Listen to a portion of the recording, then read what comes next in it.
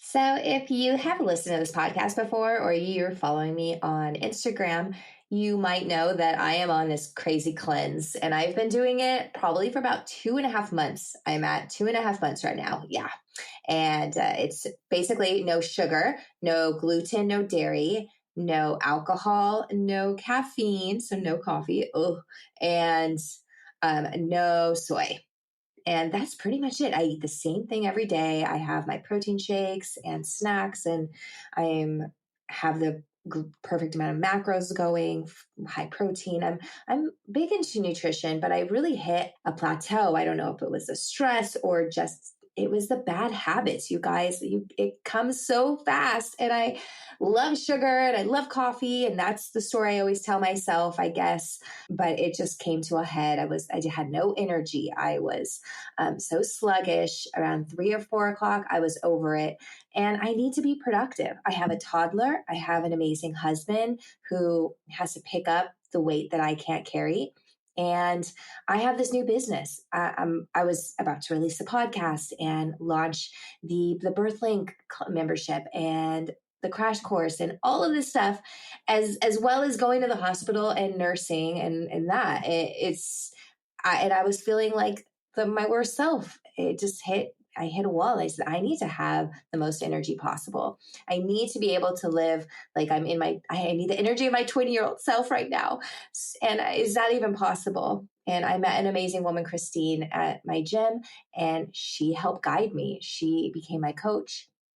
Shout out to Christine, and just kept me accountable during this time. And it was strict, you guys. It's really, really strict. But I have lost 15 pounds. I've had energy. I have came to every deadline with enthusiasm, and I am passionate. And I was also able to get me through a really hard month with my mom having to put her in the hospital for a little bit and then into a new home. And my husband having things going on with his health and my daughter needing us more than ever.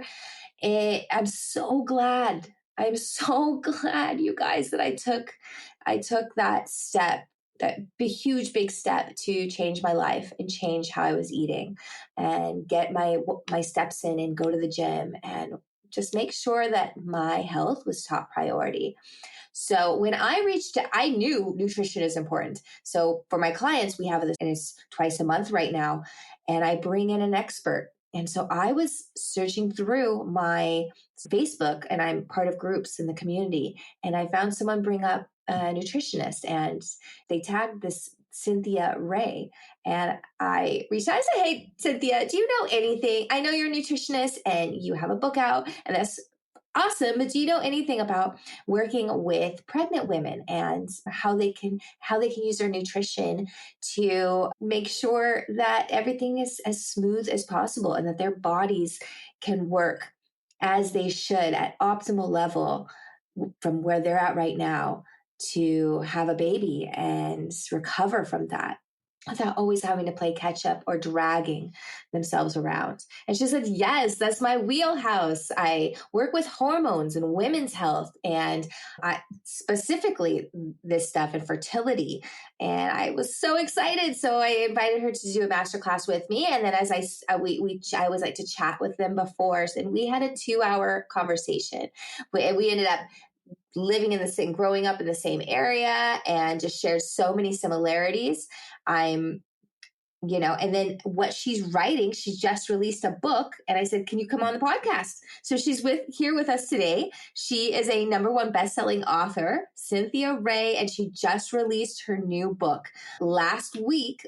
And it is called The Faster Way to Fat Loss After 40. I stumbled there for a minute because I was saying, I'm like, when is this podcast coming out? Because I think you probably missed out on the free Kindle week. So I hope you follow me because I've been tagging and sharing it. But buy it. It's such a great book. Okay. And it's a 2-part series. So she is following the #1 bestseller, the 21-day sugar detox. And this is kind of what I did. I detoxed my body, and not only for 21 days, but I felt so amazing. I kept going. And I'm in 2.5 months, and I don't see myself going back, probably like a 90 10%, because I need something. I enjoy life, you guys. I want a coffee every now and then, or a candy or something. Come on. But it's really how we're living our lives, moderation, and not this over excessive abundance of especially the bad stuff, right? So Cynthia Ray's here today. So we're going to go over her latest book, the one she just released, The Faster Way to Fat Loss After 40. It doesn't matter if you are under 40 or in your 20s, because everything she says is gold and it's going to help you just as a woman. And if you're a man, honestly, I read stuff in this book that I wanted to highlight and tag and send to my husband. And I shared with him the next day, and he was like blown away. Some stuff with cholesterol. You're going to have to read the book, but super informative. So today we're going to go in with Cynthia Ray on how we can use hormones in our diet and our mind, being mindful and spiritual during this time as a woman to work at our optimal amount, our optimal capacity. Let's just jump in with it. Enough talking. Welcome to the Birthling Podcast, presented by My Friend's a Nurse. I'm your host, Colette McCullicher, a high-risk labor and delivery nurse right here in sunny California. I'm also an OB certified specialist, birth educator, lactation expert, and mother of two beautiful daughters. I am passionate about guiding you through the miraculous journey of pregnancy and childbirth, using evidence and history and asking the reason why. I have some incredible medical friends and colleagues, and we're all here to help you navigate this often overwhelming birthing hospital system in the United States. My goal is to gain trust in birth, improve this system, and provide some valuable insights. Let's make this journey a little less daunting and a lot more joyful. Let's get into it. All right, let's get started. So I am here with Cynthia Ray. Cynthia, what's up? Hi. So first, hi. So I just wanted to talk about how we met, because you're in Idaho. But we grew up basically both in the San Fernando Valley. We're like in the same area, which is pretty cool. And I was looking, I'm in part of the mom groups and the birth worker groups in Conejo Valley and Simi Valley, Ventura, Los Angeles, everything. And so your name popped up, and I was looking for someone, a dietitian that had some knowledge on hormones and postpartum, because I have my clients, I have my groups that we do master classes. So I have been on a search for someone, and then you just pop, I have experience in that. I was like, oh, yes. And then we find out that you live in Idaho, but we grew up in the same area. You went to Chaminade, so like opposed to Granada. You're the private school. Yes, that was so cool. And then we started talking, and I realized that, I am like your target audience. Like, I am over 40. I was going through all this inflammation and feeling crappy. And then we just met, and I kind of dived in deeper onto what you do. And I was able to come up with your two books. And literally it was like the week it was released, it turns out. So I'm like, oh my God, this looks free for this week. It is. So exciting. And they're like, I'm actually releasing it this week. And I said, this is amazing. Let's get you on the podcast and start talking. So the book that you just came out with is called The Fastest Way to Fat Loss Over 40. And that's me. I'm your target right there. Yeah. And it's all about losing weight and breaking walls down and like mental shifts in the way you're thinking about food and your body. And you give your history and your story there behind it, growing up as a girl in the Valley in Los Angeles with, I'm sure, the social around us, the movies and TV and what we should look like. You went to an all-girls school, which probably didn't help anything. But even I, in elementary school, started feeling the pressures of being skinny, and then you go through adolescence with the hormonal changes, and then you break out, and then all this stuff is going on, and it just doesn't help anything. Everything's packed on to each other. Maybe tell us a little backstory before we jump into your book and what's going on right now about that time period when you were feeling kind of the pressure of a body image and the outside world, and what that did to your thought process, because I feel like that's going to connect with so many people. Yeah. So I kind of got going back a little bit more. So anyway, thank you for having me, by the way. This is awesome. I love that we're doing this together. It's just amazing timing actually last weekend when you said, oh, let's do a interview podcast together. I was like, oh, perfect timing because this is my book launch week. So let's go for it. Anyway, yeah. So grew up in Simi Valley, born and raised Simi Valley, California, and went to school in the San Fernando Valley in Chaminade, which is actually, it's co-ed. So there's boys and girls, but still lots of pressure. I Who's grew up. co-ed? Yeah, Oh, it is. Yeah. So I grew up oh, there and basically like learned, just like many other moms in the 70s and 80s who were doing the cabbage soup diet and Weight Watchers and all the things and wanting to be, maintain their beauty and their youngness, I guess you would say, remain young as long as they could. So dieting was a big part of my upbringing. So watching my mom diet and, do things, whatever she could to maintain her weight and whatever, which like is understandable. But for me, it became more of part of who I was. So my identity was wrapped up with how I looked. So I was, since I was little, I was an athlete. I just love competitive sports and just love how I feel when I do that. So I was always competitive and always ready for a new challenge. So growing up, I was always athletic. My mom would say, oh, you're so thin, you're so fit, you're just like my mom. So it became my identity. What I look like, it wasn't about who I was as my character. It was more so like my performance, sports performance usually, and then academic as well. And I'm just my person. I'm a type A personality. I'm trying to keep that on, keep that, get healthier with that. But that's my nature. And I'm embracing that as well because it helps me to do big things that I'm really proud of.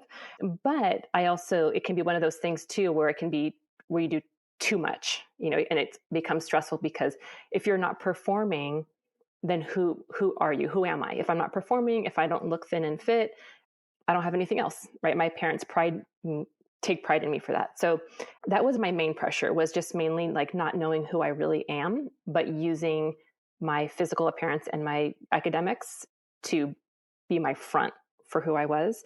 So that's how I ended up in high school, restrictive dieting, which turned later into anorexia and bulimia, which turned into exercise addiction, and just trying to like chase my weight and make sure that I didn't lose that thing that was my primary identity, that I was always thin and fit, that people were looking up to me for what I did, that I could, basically be the leader in my area, in my field, even in college. Like, okay, I'm studying dietetics.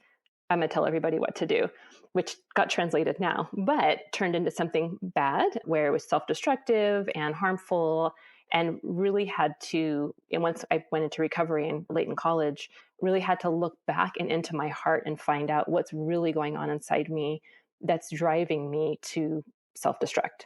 And so that took about a year of intense treatment and therapy and everything. And the closer I got to getting better, the worse it got, which is kind of common when people are coming out of something, an addiction or different patterns. But it got really bad and was admitted to the hospital with potential heart attack, but it was fine. I wasn't diagnosed with that in the ER. They said it was just severe heartburn from purging. And so after that, I was like, you know what? I'm okay with that. Like, I got this far. If I had to be admitted to the hospital, that just says that I was that far into my eating disorder. Like, it was a sense of accomplishment for me, which sounds so backwards. But then I quickly realized, you know what? I want to have kids someday. I want to get pregnant someday. I want to have a family someday. But at that time in my life, I couldn't because of my health. And so for me, that was a big part of my turnaround, was my fertility, in the future. And then also my athleticism. I always loved competitive sports, and I couldn't compete as an athlete like I was before because my body wasn't doing it. And I was isolated. I didn't have the friendships that I used to have. And anyway, fun recovery, was amazing, total turnaround story. And then started years later, had my kids, which was amazing. Got pregnant easily all 3 times. I had beautiful, easy pregnancy, not easy with the pregnancy, but easily getting pregnant. The pregnancies we talked about before, I didn't have the best symptoms, a lot of nausea and not great. But I'm no, blessed with, that's genetic. It's fine. yeah, exactly right. Thanks, Mom. But anyway, so after all that, have been able to, over the past almost 30 years, educate women, mostly in a private practice setting, who have or had eating disorders or who had chronic dieting had been struggling with chronic dieting over the years or body image issues or anything like that, which is many women in our culture because it's normal in our culture to diet and to feel like you need to look your best on the surface. So I did that for about 30 years and started writing books and teaching online courses and still do one-on-one counseling. Amazing. And it's, yeah, so we come to these same places as women and with different whys, right? Like why did I feel self-conscious about my body as an elementary school kid? Why was I, starving myself but then pigging out on a cookie when I had a chance? And you came with this like more athletic toned, like I have to keep a certain standard for my body. And then it just escalated when you go into college and now you are studying and trying to be this expert in the same thing. So now you have to portray yourself as this, and that had to have been a struggle. So I'm yeah, so happy that you got the help with that. Most women, I feel like, even the ones that aren't diving and putting their whole body and college degree in the area, are still, it's still in their minds, it's still in their heads. So much of it, like you said, is the people that we look up to, our mothers or celebrities or whoever it may be, or grandparents. My mom was obsessed with her weight. From the time I was in elementary school, when I was a little kid, I would go sneak to have candy corn. She's like, "You're going to get fat." It was never about the sugar or being healthy or anything. It was just fat. You don't want to be fat. Don't be chubby. Don't be chubby. It was just like in my head from such a young, because she was projecting, because her mom projected on her. Mom was a model. My mom was a model and ballerina. They just pushed it all on me, and I had nothing to do with it. I loved athletics in high school because it probably got me thin, like it got me in shape.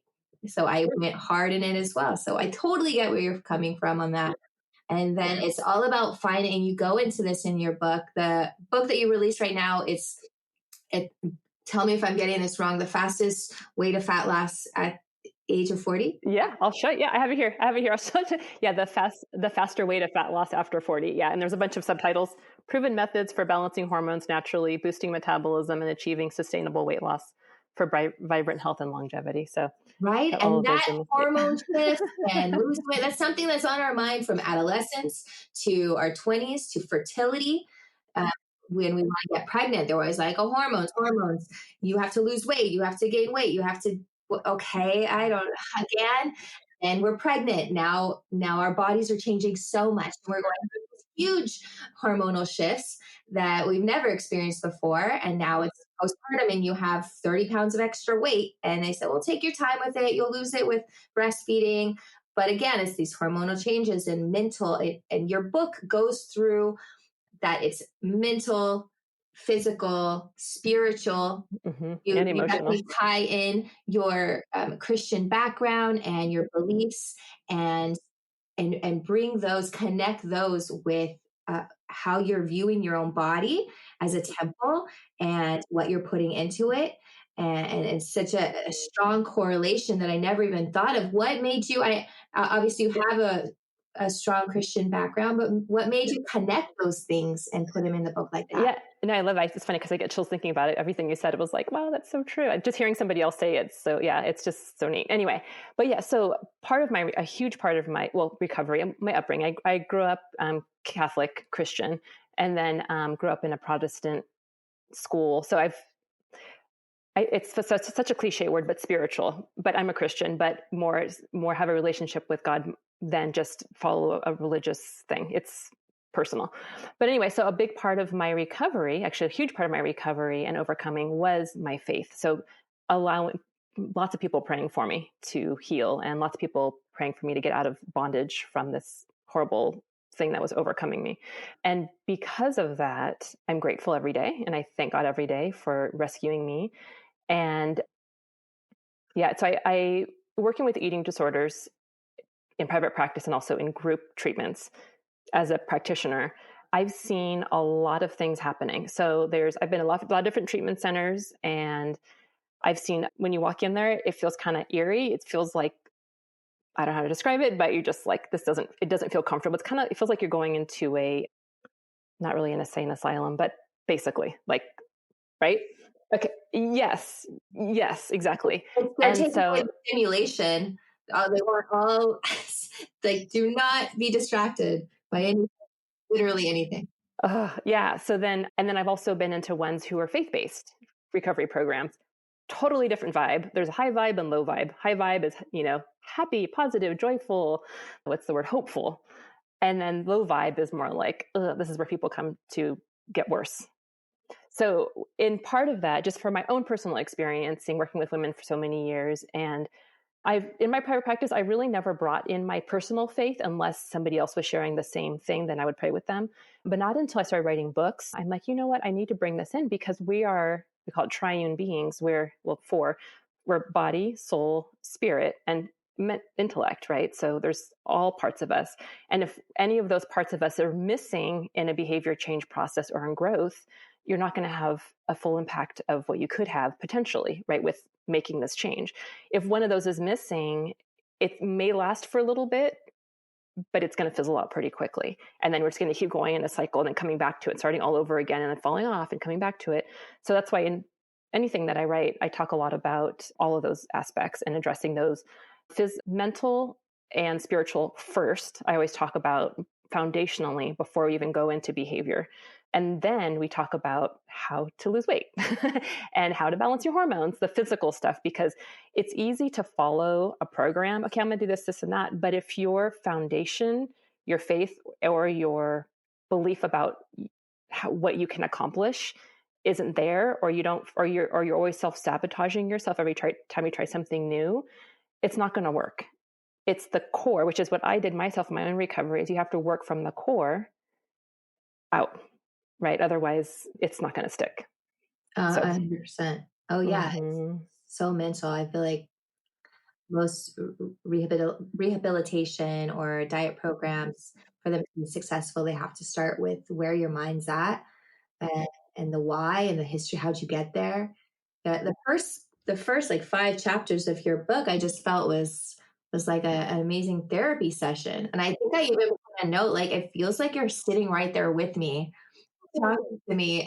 I'm like, oh, this is really nice. And I don't consider myself Christian or any religion. I'm more spiritual, like you said, but the scriptures were very, like, they connect very well. The words are obviously very inspiring and they make sense.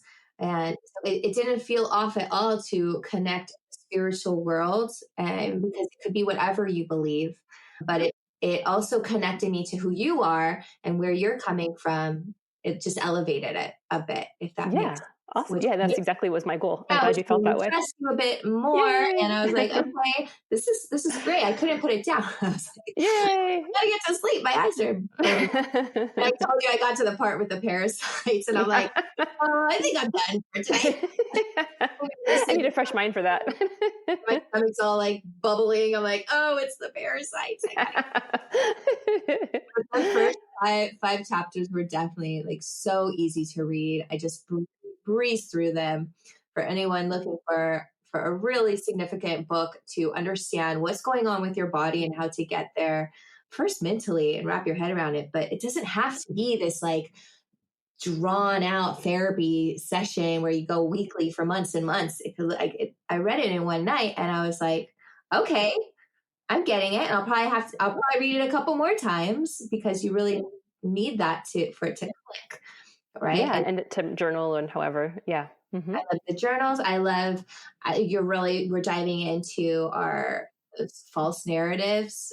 I forget the term that you use, but it's these ideas that we're just creating for ourselves. They're, how did you call it? They're like a false vision for yours. limiting beliefs. Limiting beliefs. Yes. Yes.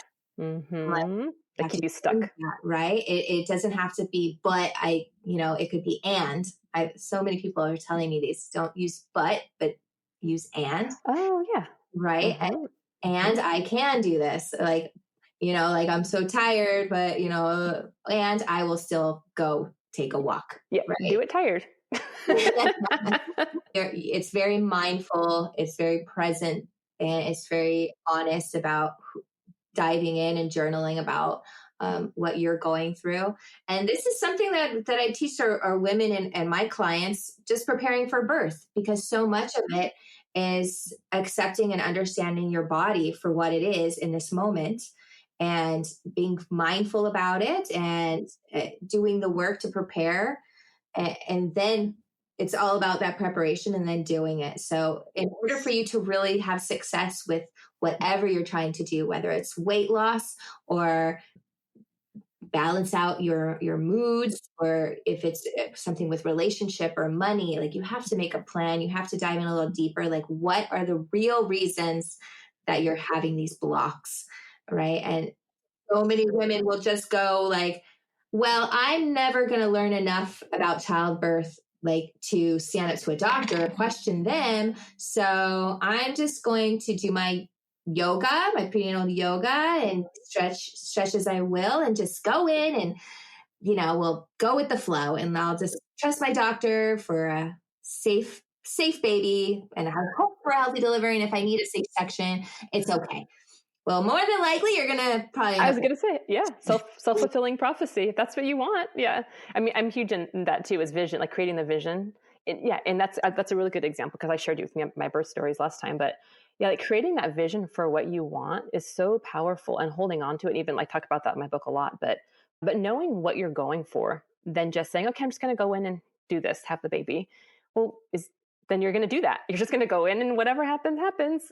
But if you have like you said, have a plan, or set an intention, or create a vision, like what is it going to look like? I don't know if that's part of the process, but I don't remember doing that. But writing your birth story, right? Writing your ideal birth story. And then, I did hypnobirthing with my second son. So a lot of it was mindfulness meditation and just visualizing the process. Athletes do it all the time, like professional athletes. I remember watching the Olympics, and before the runners started going, they were talking to themselves. And I'm like, because they're speaking words of affirmation, like I'm a champion. I got this. You got this. You're ready for this. Like all these things, and you can coach yourself. But in scripture, it talks about there's the power of life and death is in the tongue. So if what you say has so much of, even what you think, your body is still listening, has an impact on your outcome. So there's so much power in being intentional or mindful in life in general than just letting life. Like, understand how our body works, understand hormones, understand what is the difference between calorie in, calorie out. We can talk about that more in a minute too. So understanding then how our body works in childbirth, or how the hospital system works, how what are the most common interventions, what decisions may you need to make. So you have an understanding of those. You don't have to be an expert by any means, but you have the foundation, you get the basics. And then now with that knowledge, visualize your dream birth. Do it. Like, don't be scared of it. Why not? Like, imagine, I used to swim in high school and college, and I would never get on that, mount. I would never before I dove in, I would always picture myself crossing the finish line with everybody else behind me. I won every race in my head. Now, did I win every race in real life? Not every time, but you know what? A lot. You manifest it by putting it out there, and your brain's like, oh, okay, we can do this. You're way better off imagining your birth and it being the one that you dreamed of. And if you're going to deliver in a hospital, then make it in the hospital, but make it like you hear it quiet. Do you want a lot of people around you, or do you want just a few people? Do you want the lights dim? How is the baby coming out? Or is there a bright light on you and everyone's yelling and running around? Or like, no, like cut all of that noise out and imagine the birth you want, and then make that plan based on that dream birth, and then start discussing it with everybody and then get that plan in action. So I 1,000% am on board with that, because that's your best chance of getting that. Now, mind you, could be so lucky, right? You could also have an amazing metabolism and eat whatever you want, and you're just genetically mutated to not have any issues with hormones and whatnot, right? Also, just maybe later. To deliver your baby 2 minutes after you get to the hospital, and it was smooth and whatever. Like, anything's possible, but Are you getting in the car? We're also not getting in the car visualizing, well, I'm going to get to that place, so I don't need a seatbelt. You know what I mean? So it's like you still want the knowledge, you still want to prepare for obstacles. Things are going to come up, but we're not going to envision the worst, right? Yeah. Yeah. And Yeah. That's great that you're mentioning that. It's what's good that you're that? mentioning that. It's great that you're mentioning that because I remember as you're saying that, I'm visualizing all the things that I wanted for my babies. And it wasn't 100% exactly, but the outcome ultimately was like, it was the beauty, the doula, the ball, the quiet, the dark room, all the things. And then the peace that came after my son was born when we did hypnobirthing. He was so quiet and peaceful. And the nurses are like, wow, he's a quiet, he didn't even cry during the bath. I'm like, that's weird. Is he okay? They're like, oh no, he's fine. He's just very peaceful. But like how you speak to your baby, right? In the words I was speaking to him right as they were doing my C-section and just telling, okay, baby, it's going to be okay. Mommy and daddy are here. You're going to see a bright light. And he just came out so peaceful. And my middle, and he's been my busiest, most person friendly little guy. And he's 17 now, but he's been very happy and joyful. But it's funny because he was born so quiet. And we always joke about it because when he was little, he was all over the place. We're like, you have it in you still. I just have to go back to teaching you daily mindfulness meditation. You'd be like, oh, his little brain will snap back into it. But yeah, no, there's so much power in that visualizing while it's happening, before it happens, and yeah, and then you just have a better outcome. And it's a skill. It's a skill that we can take on as the babies are newborns at home or crazy toddlers run around. Like, be present, be mindful. Imagine the like, set yourself up for a night routine where they're gonna eat their dinner and not fight you for the bath and go to bed. Like, just imagine it and set a plan in place to make that happen, and then follow your plan. And more likely, will there be obstacles? Yeah, but more likely than not, it will get done, and you'll feel so proud of yourself at the end of the day. You're like, look what I did. And that can go with like that. And then it can go with yourself, with weight loss and your health, and how we're managing that. Like, what are these limiting beliefs? What is the why behind why we want to do something? Yes, and make a plan, dig in deep, have your vision, and then put it into practice. And your book's so great because not it gives all of those parts, all of those pieces in such an easy read. And we get through the mindfulness, the whys, our limiting beliefs, what is our history and all of that. And then what are the tools now that we understand? Where do we go? And you literally take us from day one with an amazing diet plan, like a shopping list, like no thought. I don't have Everything, yeah. to. I'm excited, and you get to eat that so that you're getting a good cleanse. And I have to just mention right now, because a lot of us that are listening right now, we're women, maybe we're pregnant or we are just postpartum, but whatever it is, we're humans and we have our organs, and we definitely need a good cleanse after we're pregnant. I love like heart disease, like look at your liver. I was like, what? That blew me away. Your liver needs a detox in order to drop the cholesterol. Cholesterol. Yep. We're just so focused on our diet and managing these symptoms, but it was the liver. Okay, you blew my mind there when I read it. Yes, I know. That's so cool. I know when I learned that a few years ago, I was like, as a dietitian for so many years, I've been teaching, which is, standard practice in the past, was, to have a diet high in soluble fiber and exercise and lots of water and all that stuff to clear cholesterol, which does have its place, but your liver is not taking care of the actual problem, which is your liver. So if your liver is full of toxins, so your liver's primary job is to metabolize fats along with your gallbladder. So, and hormones too.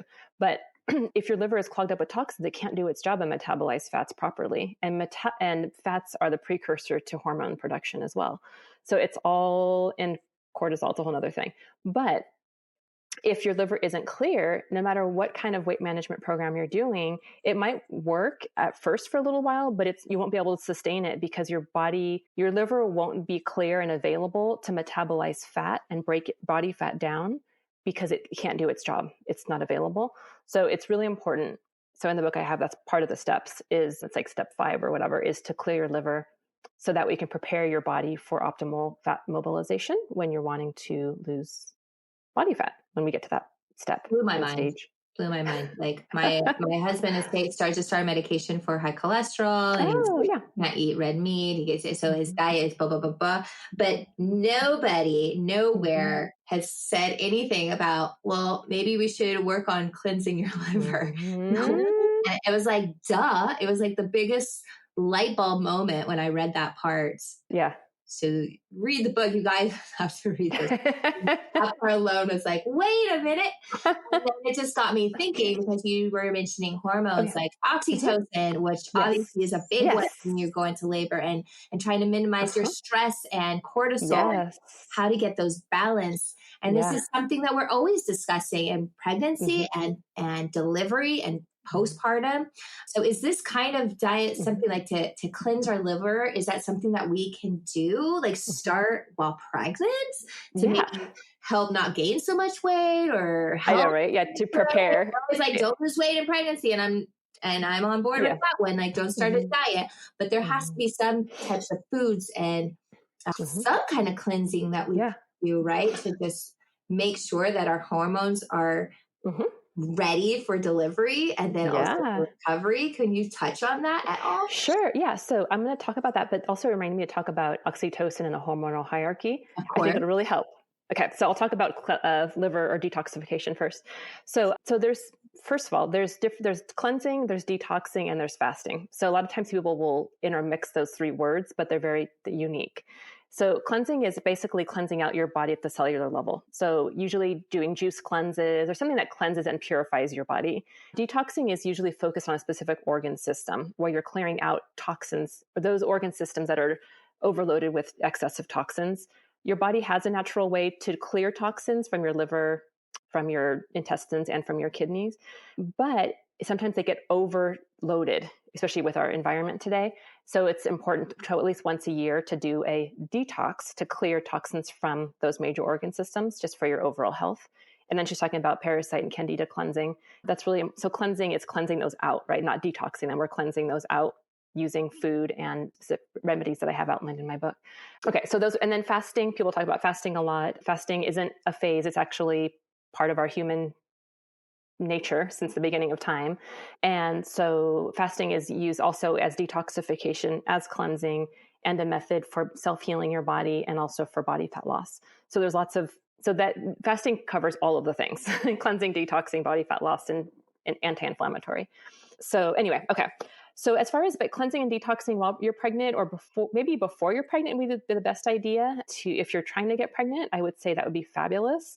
Doing a liver detox and cleansing parasites and candida would be really good because it'd be setting you up for maybe reducing your nausea, like me with a lot of nausea. If I did that in advance, I maybe it wouldn't have been as bad, especially with candida. Candida is a fungus that's naturally found in our intestinal system, but it overgrows very easily. It overgrows with sugar, with toxins, and with stress, any kind of stress, whether it's physical, emotional, mental stress. So, and alcohol. So we all have it. It's just how much of it do we have?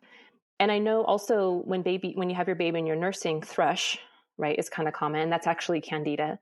So if you can clear your candida before you have your baby or before you're pregnant, and also clear your liver, I think it would set up a really good foundation, and parasites, good foundation before, so that way it's a lot easier and you'll have less cravings, actually significantly less cravings, carb or sugar cravings, and then also avoid any nausea or limit it. And then also, what was the other thing? We're talking about, thrush with your baby, or mastitis infections when you're nursing. What are the infections Yeah, called? mastitis. Yeah. Yeah, mastitis. There we go. Yeah. So that'll really set you and your baby up for better health. So before, Yeah, and then and before. then Yeah. and You don't want to do it limiting, during. yeah, and then limiting Mhm. maybe during. And let's say you're pregnant and you never cleansed out. Maybe you Right. don't want to do a full cleanse right then. Your body is going to be so Mhm. busy caring for this baby and growing this Mhm. baby that it Mhm. doesn't need to be focusing on too much else, but maybe limiting how much extra toxins we're putting into our body. Yes. Yeah, for sure. That's a good idea. Yeah. Because so the idea with not detoxing when you're pregnant is you don't want to give your baby the toxins. Yeah. Because when you're detoxing, you're pulling it out of your system and it's circulating in your bloodstream. And Yeah. then, of course, your baby is connected. So they're going to get those. You don't want Keep them, them in your obviously, the fat baby to get cells those. for right now. Yes. And then even while you're nursing, you don't want to detox either. Same reason, right? Baby's still using you as a food source. So you want to wait usually for detoxification or really like focusing on weight loss. I would say after you're done nursing. I know it sounds hard for some women, but I know a lot of times too, nursing in itself really helps with body fat reduction and hormone balance anyway. And bonding, baby bonding helps a lot too. So I know for me, when I had my first son, I did everything by the book because, I just didn't know what else to do. And then as I got more Yeah. experience, I felt comfortable Those books always co-sleeping. changed. As soon as you do it, you're like, wait. Well, I followed the book 10 years. Yeah, exactly. Yeah. Then you get more experience. Like, oh, this is fine. And then I remember just accidentally falling asleep one day, nursing my baby in bed. And I was like, oh no, I'm like, oh wait, we both slept so good. Like, this is so good. Like, I think this is okay. And you don't, as a mom, you have your intuition. So you sleep you're not totally deep. It's cool. Anyway. So for me, I was like, wow, I can still do this. But I think for me, it was that oxytocin. So we'll talk about that now too. So Yes, oxytocin. Yeah, so oxytocin helps in so many ways. So oxytocin is actually the love hormone. So in scripture, there's a scripture that says, perfect love casts out all fear. And that's actually what I have on my little tattoo here. It's perfect love. So it reminds me, in my recovery, a lot of my issue was major anxiety about life, about trust, stuff like that. So for me, perfect love casts out all fear. And fear has to do with punishment. That's the rest of the scripture. But love has to do with like peace. So anyway, oxytocin, the love hormone. There's actually a hormonal hierarchy I learned about a few months ago. But the hormonal hierarchy starts with oxytocin, the love hormone. And if the oxytocin is high, the rest of your hormones are very happy. Everything is balanced, happy, content. So we have oxytocin. And then right below that in the hierarchy, we have cortisol. So cortisol is the stress hormone. So the antithesis, right? The opposite of the love hormone, oxytocin. So cortisol is elevated in fight or flight or freeze. I guess if something stressful happens, we either don't do something or we run away or try to fight it. So fight, flight, or freeze. And when oxytocin is elevated, your liver is actually responsible for processing cortisol. So when cortisol is going through, you don't have any availability for hormones to get metabolized through your liver because it's so busy with cortisol, your liver, right? So then a lot of times women end up with high estrogen, or usually estrogen or progesterone, when their stress levels are high, and also weight gain is also a thing because your hormone levels are off, first of all, and then your body's stressed, and then we're usually stress eating. And you can't metabolize fats when you're stressed. It's because cortisol likes to keep your liver busy and all the things that need to be balanced get out of whack. So, but if you have oxytocin in your life, it trumps cortisol.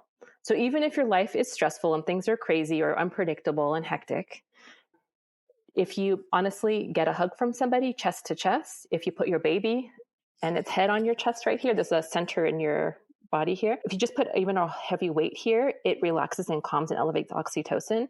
Getting a hug, petting an animal, having a meaningful conversation with a friend or family member elevates oxytocin significantly and then you feel heard and you feel, legitimized, you feel accepted.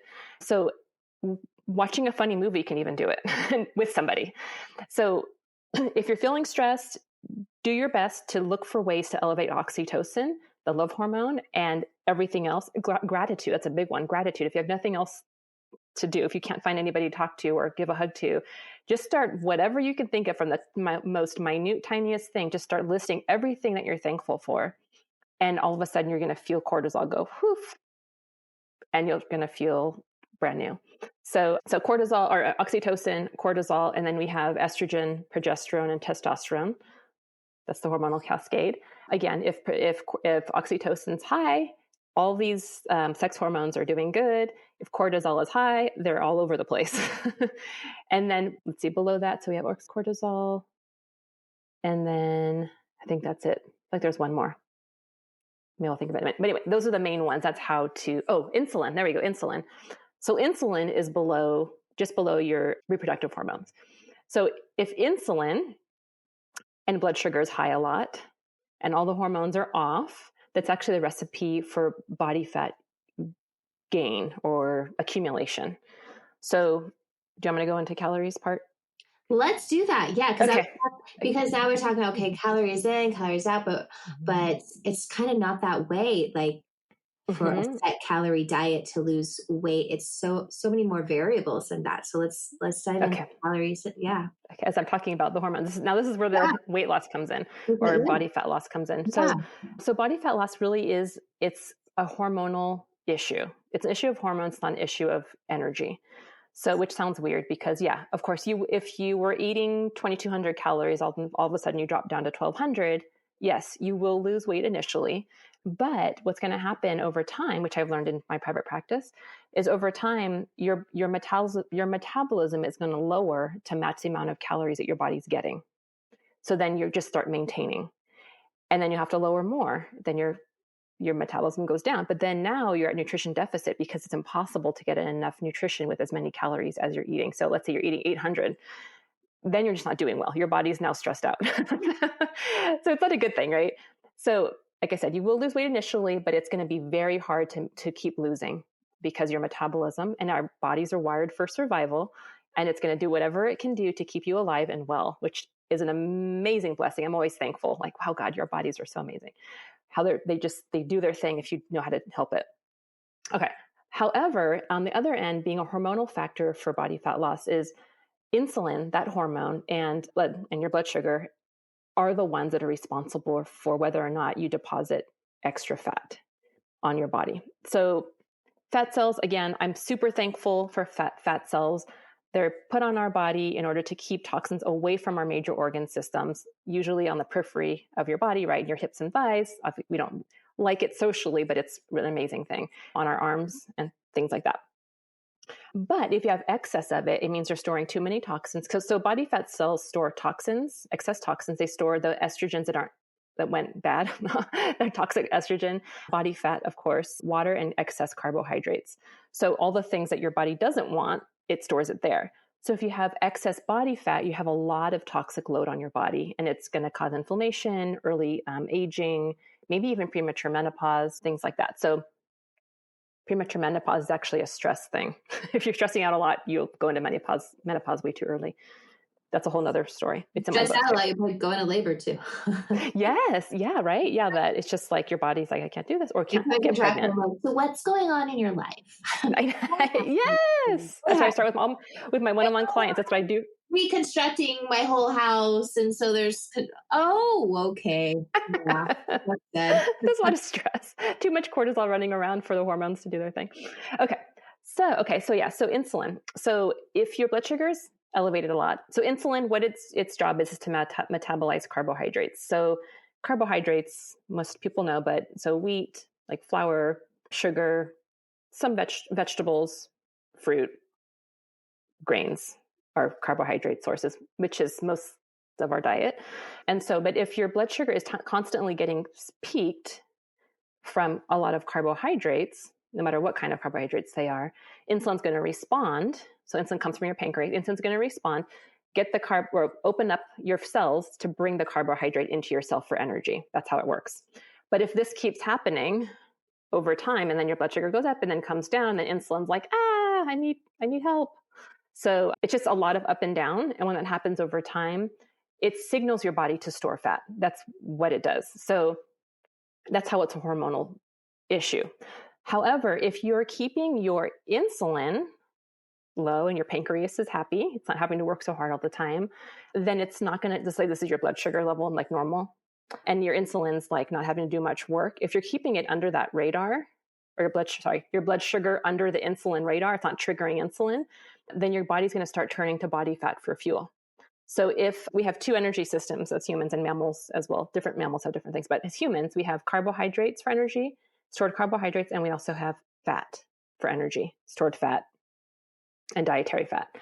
So once you use up your carbohydrate stores, their carbs are stored in your muscles, carbs are stored in your liver primarily, also different parts of your joints in your brain and your eyes and things like that. But once you use up your carbohydrate stores, then your body's like, oh, okay, well, now what am I going to do for energy? Then it's like, okay, I'm going to go to the secondary gas tank, like kind of like a electric vehicle. It's like just switches gears, right, to electricity. And then you're going to go to your body fat for fuel, and which is completely normal. Our bodies are designed, we have a whole metabolic system to do both of those things equally efficiently. But many of us, especially over the last 15, 20 years, have been taught to eat small, frequent meals throughout the day to lose weight. And there's zero research. I can't find anything that says that that's actually a way to elevate your metabolism. It's not. It's just stressing out your digestive system for having to work a lot. So if you are spreading out your meals, we talked about fasting, spreading out your times, spreading out meals between the time you eat, getting your digestive system a break, then your body's like, okay, well, there's no food coming in, but I have lots of extra stores. I guess I can use those. So you start training your metabolism to go to your body's stores for energy and actually prefer that, which is called metabolically flexible. So metabolically flexible means, like, for example, let's say you've practiced a fasting lifestyle for 6 months and your body's used to doing that. And it's conditioned metabolically to use body fat for fuel and nutrition too. And then you go on vacation or you have a holiday and you're like, oh, who cares? I just want to eat what I want whenever I want. And you do, it's fine. But then when that's over and you come back to your regular lifestyle and you come back to fasting and eating healthy nutrition, your body has muscle memory, just like with exercise. It's fasting and fitness are very similar, like systems. Like your metabolism has a memory and remembers, oh yeah, fasting. Okay, now I'm going to go back to burning body fat for fuel. So it takes conditioning your body, just like conditioning your body with exercise. You're not just going to go and run a 10K when you've never run before. You're going to build up to it. And fasting is the same way. If you're new to fasting, you want to start with like a 12 to 14 hour fast, maybe closing your eating window at 7 p.m. and opening it up again at 7 a.m. just to get started. And then gradually push your breakfast up a little bit more or back a little bit more over time. But I have a whole fasting schedule that you can use for balancing hormones. There's a whole thing to this, but I just wanted to give you all the basics of how body fat loss works. Yeah, it's stating about the 5 or the frequent meals throughout the day, how that's not really backed up with evidence and that it's actually fasting. So it's surprising, right? I think I've gotten on that page a little bit ago too. It's a very like paleo and keto and it's kind of all rolled into one, which it's just an evidence-based lifestyle eating way to eat. My coach, I told her, I'm like, I'm hungry. And she's like, good. You'll get dished. I know. I was under the impression, like, if my body thinks that I'm always going to be getting food, then it'll be okay to grow my metabolism. So I'm just eating throughout the day. I don't want to be hungry because I don't want to scare my body to have to store it away for later. So then when she said, I'm like, well, I'm hungry. She's like, good. It should be hungry. So speaking of hunger, I'll just address hunger real quick, just because it's like the elephant in the room. Right? In my book, I say, it's the hunger is the elephant in the room, but we're going to talk about it because you're like, what about being hungry? Scary.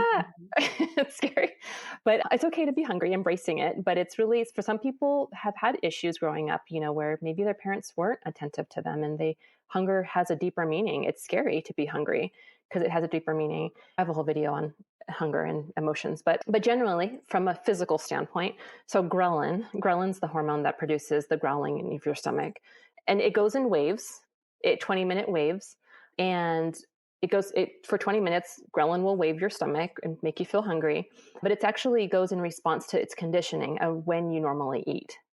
So if you normally eat breakfast at like between 7 and 9 a.m. or however, ghrelin will be like, oh, it's time. It prepares your stomach for digestion, which is really cool. But what I tell my group and my clients to do is listen to how does your body feel? If your body feels fine, and if your stomach wasn't growling, you wouldn't know you were hungry, you'd be fine. Right? But with fasting, I teach them too, as they start to listen and learn their bodies. If you're feeling like you're getting a bad headache, you're feeling nauseated, your body's achy, like your body's telling you things, then break your fast. And I have a whole bunch of info in here about how to break a fast and when to break a fast and who shouldn't be fasting. So people who shouldn't be fasting are, unfortunately, pregnant women shouldn't be fasting. women who have a history of eating disorders who aren't recovered or just are kind of on the fence. People, let's see, children should not be fasting until they're fully grown. Then to do that. If you're on medications that you need to take food with, you can fast, but you need to consult me, a dietitian, or your doctor to find out when a good time is to time it. Diabetics, it's been iffy, but they can. But you just, again, have to have the right people in place to show you how to do it. But yeah, so just kind of keeping, that in the back of your mind as far as that Right. goes. So yeah. So this is good. This is good even if for like an audience is pregnant, because they are having it in the back of their minds that when this baby comes out, what are we going to do to get rid of this extra weight? So it's a really good time to start building better habits in general about the times you eat and what you eat, what you're putting in, limiting how much processed foods and foods that are just contain no nutrition. Like you really focus on a nutrient rich diet during this time, balancing your hormones, meaning like promote that love hormone, that oxytocin. If things are stressing you out, you have to, if it's your job or your partner, you have to fix that problem. And it's what is the priority there that's making you constantly think about it? Is it limiting your sleep? Is getting a good sleep routine as well? This is the time during pregnancy, because it's when your baby's here. I always say, like, start the routine now, because once your baby's here, that is not the time that you want to start thinking of some good habits Oh. that you might want to start creating. That baby's going to take over your whole world. And if you Yes. already have these habits, if you already have good Mm-hmm. nutritional or getting better nutritional Yeah. habits and sleep Mm-hmm. routines and all these, maybe Yeah. walk, And go with outside first thing in the morning. Yeah, or like exercise too, right? So that's the thing, right? It still is the same, right? If you're exercising before you're pregnant, it's still fine to exercise during your pregnancy. Yes, Yeah, but yes. still, yeah, just building that healthy lifestyle. Right. No, It's the whole nothing the extreme. whole We're not phase. saying Yeah, run to the gym and start the weightlifting at 7 months pregnant, because you're like, no, it's just building healthy habits and routines around sleep and nutrition and movement. We have to move our bodies, and these are all going to set you up for afterwards in postpartum and recovery. And when you feel ready, maybe you have built up these routines and habits so well, you're going to notice, you're like, oh, I'm feeling better. I'm feeling good. And you're done breastfeeding and you're like, okay, I want to kick it up a notch, right?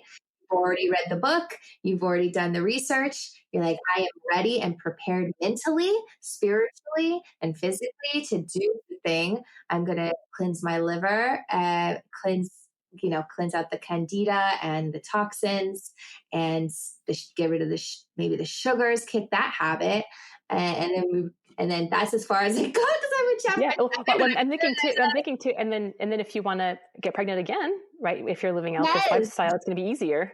oh, so much easier. And you're just like, yeah.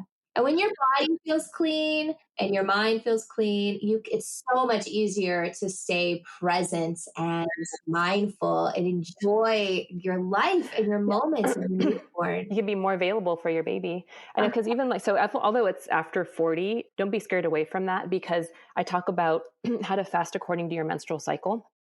And it's super important. So just to throw this out there real quick, but men, they can fast whenever, because they don't have this menstrual cycle that women have, and fasting, testosterone loves fasting. So, but with women, it's very unique. The last 10 days, we talked about this before, but your last 10 days of your menstrual cycle before it starts is the nurture phase. That's what you're going to be focusing on when you have your new baby, is that nurturing yourself, nurturing your baby.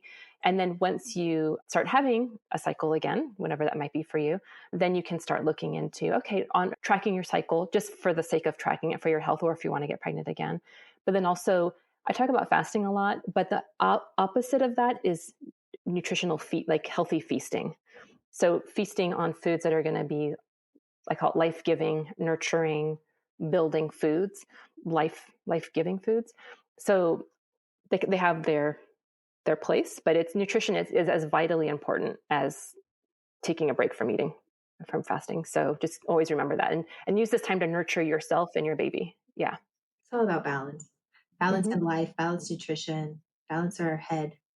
Uh, Yes, and exactly. I like that you brought up the 40 part, because as I was reading it, I was I just kept thinking, I'm like, I wish I knew this stuff 10 years ago. And it's just, it says over 40. We know you and I were over 40, and we know that the struggles are real as our habits have creeped up over us. And now we're finding it a little harder to do the things that worked so well 10 years ago. Yes. I'm like, It's damn, another season of I life. set myself Mhm. up a little better. So if you're in your 30s and you're pregnant or 20, Right. Yeah. you're going to be 40 one day, right? Yeah. Plan. Yeah, So, I think of it like the different developmental stages, like from you're a baby, then you're a toddler, then you're a child, then you're a yeah. teenager, then you're what's I guess you're ready to have a baby, reproductive years, and then you go into your menopausal years and then beyond. So there's like we've gone through all of those other things or are going through the years for pregnancy, but then the next years are going to come. So it's just kind of even like for me, I never thought of it ahead of time. I'm just like, oh, I'm Yeah. fine. This is where I'm at right now.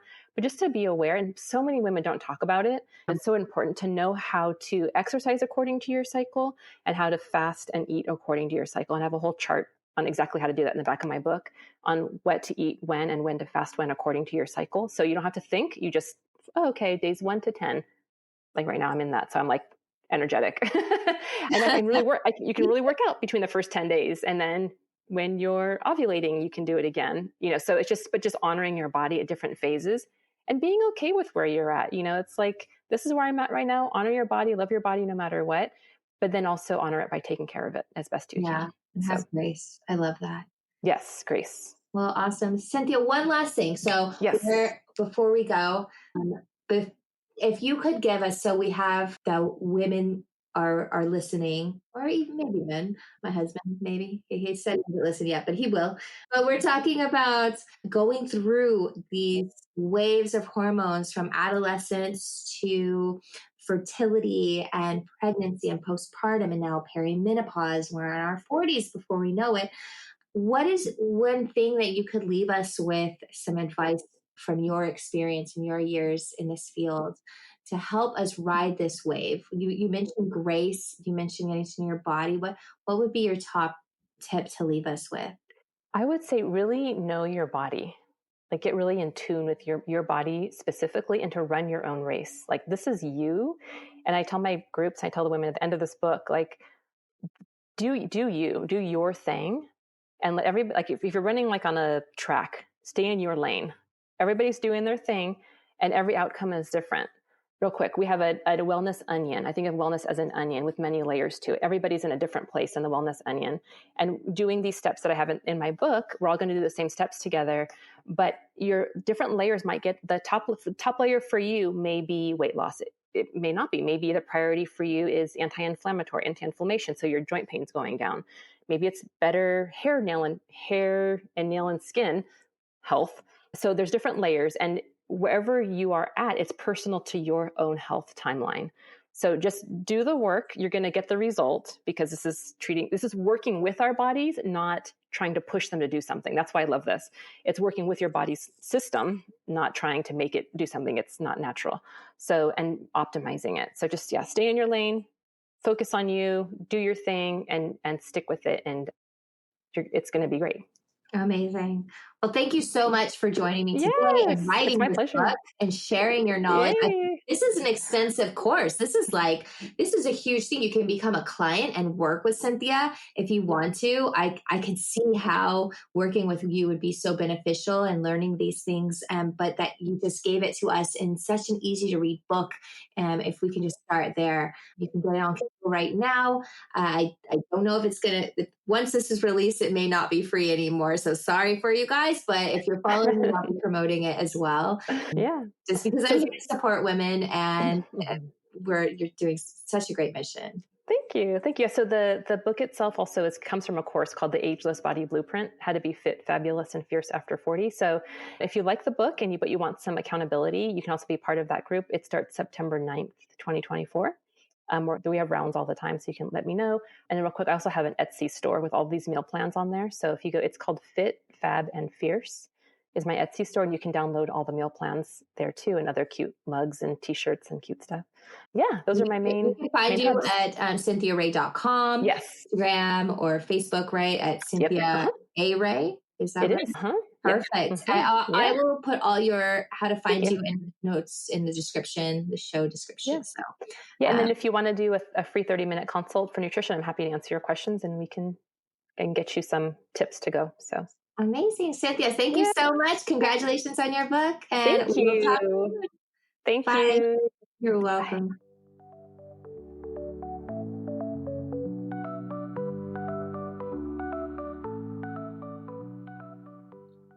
Thank you so much for joining me with Cynthia Ray today. I could have talked to her for hours, I swear. I mean, we did talk for hours, actually. We just didn't record it. So there's just a lot I talked about, around women's health and nutrition and how we can maximize our experience in pregnancy and delivery and postpartum and just as being a woman. It's been 3 years since I had my birth, my baby, and I'm diving into this now because you hit blocks. It's habits, it's routines, it's mindset, and how are you doing spiritually, right? It all jumbles up together, right? Stress, dude, stress. But yeah, we're friends now, Cynthia and I. When you're from the valley and you're around the same age, I think you're just friends. Any of you guys from the valley? Message me if you are. We can chat. But anyways, next week, join me. I'm going to go into episiotomies. Why did we ever start doing them? Episiotomies is cutting the vagina open to allow the baby to come out. A little snip. And why did we start doing that? I can have a few guesses. But I'm going to go into it next week. And what is the practice now? And what are some great questions to ask your doctor around them? If you want to ever join me for these master classes that I keep talking about, message me. Send me a message, Colette@myfriendsandnurse.com. Let's chat. I have spots open in my membership, and that is the only place you can get these master classes. It's a whole library set up, and we're having new ones every other week. So join me there, reach out, let's be friends, follow me on Instagram, you know the deal, and I will see you next week. Bye. Stay informed and stay healthy. Thank you for listening to My Friends and Nurse presents the Birthling Podcast. We hope you enjoyed today's episode and found it valuable. Before we go, a quick reminder. The information shared on this podcast is for educational purposes only and should not be considered medical advice. Always consult with your healthcare provider for any medical concerns or questions. If you enjoyed the episode, please subscribe, leave a review, and share it with your friends. Your support helps us reach more people and continue to bring you great content. Until next time, stay healthy and stay informed.